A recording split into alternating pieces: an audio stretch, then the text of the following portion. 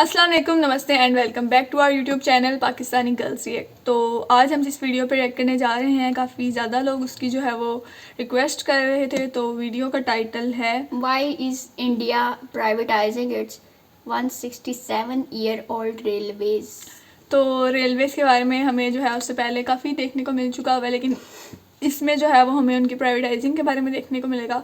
167-year-old मतलब काफ़ी पुराने हैं कोई रेलवे, ऑलमोस्ट 2.5 सदी और उससे भी ज़्यादा इवन।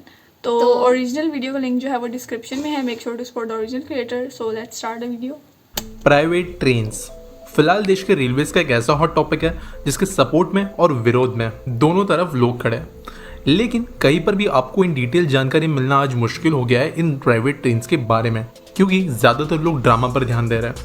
और आज हम जानेंगे कि क्यों रेलवेज को ज़रूरत पड़ी ऐसी प्राइवेट ट्रेन चलाने की, क्या होती है प्राइवेट ट्रेन्स, और फाइनली अगर प्राइवेट ट्रेन्स इंडिया में चलना शुरू होती है तो इसके पॉजिटिव और नेगेटिव एस्पेक्ट्स क्या होंगे।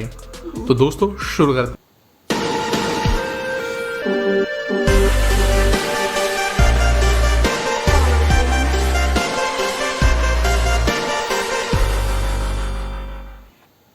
दोस्तों अभी सरकार को रेलवेज को अपडेट करना है, ये तो हम सब जानते हैं।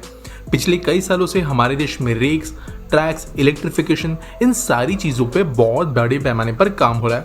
रेलवे ने 2030 तक का जो अपना बजट रखा है रेलवे के अपग्रेडेशन के लिए, वो 50 लाख करोड़ रुपीस है, जो हमारे देश का अब तक का सबसे बड़ा बजट रखा गया है रेलवेज के अपग्रेडेशन के लिए। लेकिन दोस्तों यूनियन बजट के द्वारा इतना पैसा रेलवेज को नहीं मिल सकता है, क्योंकि ये पॉसिबल ही नहीं है। इसलिए रेलवेज को कई सारे इनोवेटिव टेक्निक्स का यूज करना पड़ रहा है ये पैसा इकट्ठा करने के लिए, जिसके अंदर फ्रेट ट्रांसपोर्ट, स्टेशन की रिडेवलपमेंट में, रियल एस्टेट का सेल, ऑनलाइन एप्लीकेशन और बिजनेसेस के साथ में टाई अप, ऐसी अलग अलग चीजें रेलवे ट्राई कर रहा है। इसी के बीच में हम सब ये भी जानते हैं कि देश में ईस्टर्न और वेस्टर्न दोनों डेडिकेटेड फ्रेट कॉरिडोर जो बन रहे हैं उनका काम पूरी तरीके से खत्म होने के बहुत करीब है। कुछ सेक्शंस में तो काम जारी भी हो चुका है और रेलवे का अनुमान है कि साल 2021 तक 70% फ्रेट ट्रेन जो इंडिया में चलती है वो इन दोनों नए डेडिकेटेड फ्रेट कॉरिडोर्स के द्वारा ट्रैवल कर पाएंगी। इसके कारण एक बहुत बड़े पैमाने पर फ्री कैपेसिटी रेलवे के पास में अवेलेबल हो जाएगी नई पैसेंजर ट्रेन चलाने के लिए, क्योंकि ट्रैक से भीड़ हट चुकी होगी। और दोस्तों रेलवेज के पास वैसे भी पैसेंजर डिमांड की कमी नहीं है। हम सब जानते हैं कि हमारे देश के कई सारे रूट्स पर वेटिंग लिस्ट, ओवरक्राउडिंग, कभी भी टिकट नहीं मिल पाना, ये बहुत बड़ी समस्या है और ये रेलवे की प्रायोरिटी भी है। लेकिन रेलवेज के नए प्लान के हिसाब से वो यहाँ पर पुरानी तरीके की ट्रेन नहीं रन करना चाहती और उनके हिसाब से नई ट्रेन जो होंगी वो बेटर क्वालिटी की हो, मॉडर्न हो, ज़्यादा स्पीड से चले और कुछ और क्राइटेरिया जो रेलवेज ने डिसाइड किए हैं उस हिसाब से ही चलाए जाए। लेकिन दोस्तों नए ट्रेन चलाना बहुत ही ज़्यादा डिफिकल्ट है कई कारणों के कारण। पहली बात, यूँ महंगे तो है ही, लेकिन इसके अलावा हमारे जो एग्जिस्टिंग पैसेंजर रूट्स है उनमें ऑलरेडी नए रेक्स, नए लोकोमोटिव्स की इतनी ज़्यादा डिमांड है कि रेलवेज उनके ऑर्डर्स को ही फुलफिल ठीक से कभी कभी नहीं कर पाता। हालांकि हमारे देश की रेलवे फैक्ट्रीज पूरे दुनिया के वर्ल्ड रिकॉर्ड्स बना रही है इन टर्म्स ऑफ प्रोडक्शन। इसी कारण रेलवेज नए मॉडर्न रेक्स को बनाना जिसके जरिए उन्हें प्रॉफिट भी कम होगा और खर्चा भी ज़्यादा होगा, ये करना उन्हें सेंस नहीं लगता है। तो कंक्लूडिंग रेलवेज के सामने ये सवाल है कि पैसेंजर ट्रेन चलाने के लिए जगह तो है, लेकिन नई ट्रेन बनाने का बजट नहीं है। और इनफैक्ट पैसेंजर ट्रेन ज़्यादातर सिनेरियो में पैसे नहीं बनाती, क्योंकि इनकी रनिंग कॉस्ट जिसमें इलेक्ट्रिसिटी, फ्यूल, ये सारी चीज़ें बहुत ज़्यादा है। जबकि दूसरी तरफ रेलवेज को 50 लाख करोड़ रुपीस के अपने बजट का कुछ भाग खुद से जनरेट भी करना है। तो रेलवेज ने इस समस्या को अवसर बनाने के लिए सोचा जो एक्स्ट्रा कैपेसिटी खुलेगी वहाँ पर रेवेन्यू किस तरीके से जनरेट कर पाए, इसका सॉल्यूशन निकला प्राइवेट ट्रेन, जिसके द्वारा रेलवे को एक्सपेक्टेशन है कि वो हर साल 30,000 करोड़ रुपए तक का रेवेन्यू जनरेट कर पाएगी। दोस्तों रेलवेज ने ये डिसाइड किया कि वो खुद से ध्यान देगी लो कॉस्ट मास पैसेंजर ट्रांजिट सिस्टम पर, जो आज हमारे देश में रेलवेज वैसे भी प्राइमरीली कर रही है, जबकि प्राइवेट प्लेयर्स ध्यान देंगे अपर मिडिल क्लास और मिडिल क्लास ट्रेन ट्रैवलर्स पर, जिन्हें बेहतर सुविधाएं मिलेंगी, ज़्यादा मॉडर्न ट्रेन पर वो जा पाएंगे, लेकिन इसके लिए उन्हें कीमतें भी ज़्यादा चुकानी पड़ेगी। तो दोस्तों ये प्राइवेट ट्रेन चलाई कैसे जाएगी? दोस्तों इन प्राइवेट ट्रेन के सामने कुछ कंडीशंस रेलवेज ने सामने रखी है। इन ट्रेन के अंदर जो भी लोकोमोटिव्स होंगे, टीसी होंगे, गार्ड होंगे, वो इंडियन रेलवेज के एम्प्लॉयज ही होंगे। जो भी प्राइवेट कंपनी होगी वो रेक्स के लिए खुद पे करेगा, लोकोमोटिव्स के लिए भी खुद पे करेगा, लेकिन इसके बदले में जो भी ट्रेन से प्राइवेट प्लेयर्स चलाएंगे इन्हें अपना फेयर सेट करने के लिए आज़ादी दी जाएगी। मोस्ट प्रोबेबली दोस्तों जिस तरीके से आप एयरलाइन टिकट देखते हो जिसमें डायनामिक प्राइसिंग होती है, कितनी डिमांड है, कौन सा दिन चल रहा है, कोई रूट में दिक्कत है, अब तक कितनी बुकिंग हुई है, उस हिसाब से कंटिन्यूसली फेयर्स चेंज होते रहते हैं। और इसी तरीके का fair pricing system private train में भी यूज हो सकता है। फिलहाल दोस्तों रेलवेज ने 151 प्राइवेट ट्रेन चलाने का निश्चय किया है जो टोटल 109 रूट्स पर चलेगी और इन सारे रूट्स पर 35 इयर्स का कॉन्ट्रैक्ट किया जाएगा। ज्यादातर ये रूट्स हमारे देश के one of the most crowded corridor जैसे मुंबई, दिल्ली से लेकर कोलकाता, सदर्न इंडिया के कुछ रूट्स, ऐसे कई सारे बहुत ज़्यादा क्राउडेड कॉरिडोर शामिल है। और दोस्तों वैसे देखा जाए तो ये जो 151 ट्रेन होंगी ये हमारे पूरे देश के रेलवे सिस्टम के 5% से भी थोड़ा कम आता है। इसके कारण पूरे के पूरे रेलवे सिस्टम को रेलवेज प्राइवेटाइज नहीं कर रही है और इन सेक्शंस पर प्राइवेट प्लेयर्स अपनी ट्रेन चलाएंगे। लेकिन दोस्तों लॉस मेकिंग पैसेंजर डिवीजन में प्राइवेट प्लेयर्स कैसे पैसे कमाएंगे और उनका क्या फ़ायदा। दोस्तों जो भी ये 151 लाइन्स चूज़ की गई है ये बहुत ही ज़्यादा इन डिमांड लाइन है जैसे मैंने कहा। इसके कारण यहाँ पर किसी भी प्रकार की ट्रेन में सीट्स भरना कोई मुश्किल बात नहीं है। यहाँ पर कई सारे प्राइवेट प्लेयर्स का अनुमान है कि वो हर रूट पर अराउंड 17% तक का प्रॉफिट निकाल सकते हैं जिसमें से कुछ भाग रेलवेज के साथ में शेयर किया जाएगा।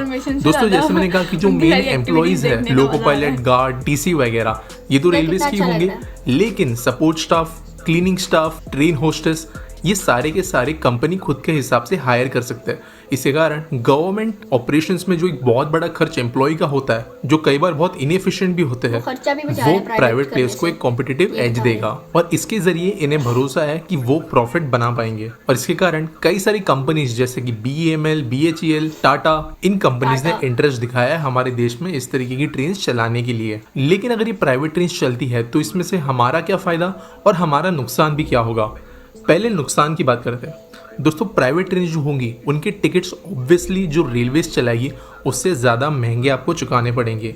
इसके अलावा प्राइवेट ट्रेन में आपको कभी भी 100% श्योरिटी नहीं होगी कि आपकी टिकट का प्राइस क्या होगा, जिसके कारण आपको प्लानिंग में दिक्कत आ सकती है। दूसरी समस्या की बात करें तो रेलवेज के अंदर के जो इंटरनल एम्प्लॉयज है उन्हें डर है कि आगे जाकर लोको पायलट, गार्ड्स, बाकी एम्प्लॉयज को भी प्राइवेटाइज अगर कर दिया जाए तो उनके जॉब्स पर खतरा हो सकता है और इस बात का डर रेलवे स्टाफ में फैल रहा है। आखिरी एक डर जो प्राइवेट ट्रेन के कारण देश में फैलाया जा रहा है वो ये है कि प्राइवेट ट्रेन चलाने जाने से एक क्लियर डिस्टिंक्ट डिवीजन हमें नजर आएगा अपर क्लास ट्रैवलर्स और लोअर क्लास ट्रैवलर्स के जरिए, जहाँ पर क्लियरली ज्यादा पैसे चुकाकर ज्यादा पैसे अफोर्ड करने वाले लोग अच्छी तरीके की ट्रेन में ट्रैवल कर पाएंगे, जबकि कम प्राइस में ट्रैवल करने के लिए आपको रेलवेज की पुरानी तरीके की ट्रेन का इस्तेमाल करना पड़ेगा, जिसके कारण सेपरेशन नजर आ सकता है रेलवे में जो हमारी इमेज के लिए अच्छा नहीं है।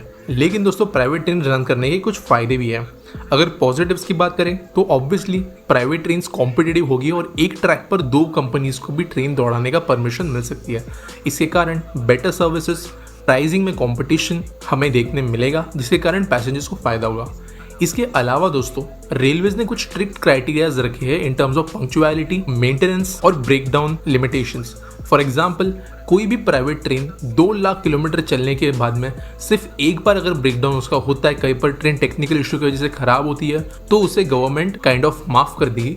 लेकिन अगर इससे ज़्यादा टाइम ट्रेन खराब होती है तो कंपनी का कॉन्ट्रैक्ट रेलवे कैंसिल कर सकती है। इनके मेंटेनेंस के लिए भी रेलवे के द्वारा इन्हें ज़मीन एलोकेट की जाएगी, जहाँ पर खुद के पैसों से ये कंपनीज अपने रेक्स और लोकोमोटिव्स मेंटेन कर पाएगी। अगले दोस्तों फायदे की बात करें तो प्राइवेट ट्रेन चलाने के कारण वेटिंग लिस्ट जो हमें देखने मिलती है कई सारे इंपॉर्टेंट रूट्स पर वो कम हो जाएगी, क्योंकि ओवरऑल ट्रैक्स में जितनी चलने की कैपेसिटी है ट्रेन्स की वो डायरेक्टली बढ़ रही है। इसके अलावा दोस्तों इनोवेशन जो रेलवे से हमें देखने मिल रहा है वो ज़्यादा तेज़ी से हमें बढ़ते हुए दिखेगा और पैसेंजर्स को ज़्यादा ऑप्शंस मिलेंगे ट्रैवल करने के लिए, जो किसी भी तरीके के ट्रैवलिंग मीडियम के लिए काफ़ी अच्छी बात होती है कि आपके पास सिलेक्शन हो। तो दोस्तों ये एक बेसिक ओवरव्यू था कि किस तरीके से रेलवेज इंडिया में प्राइवेट ट्रेन चलाने वाला है, ये होती क्या है और इसके कारण हमारा क्या फ़ायदा और क्या नुकसान। वीडियो पसंद आया होगा तो लाइक, शेयर, सब्सक्राइब करना।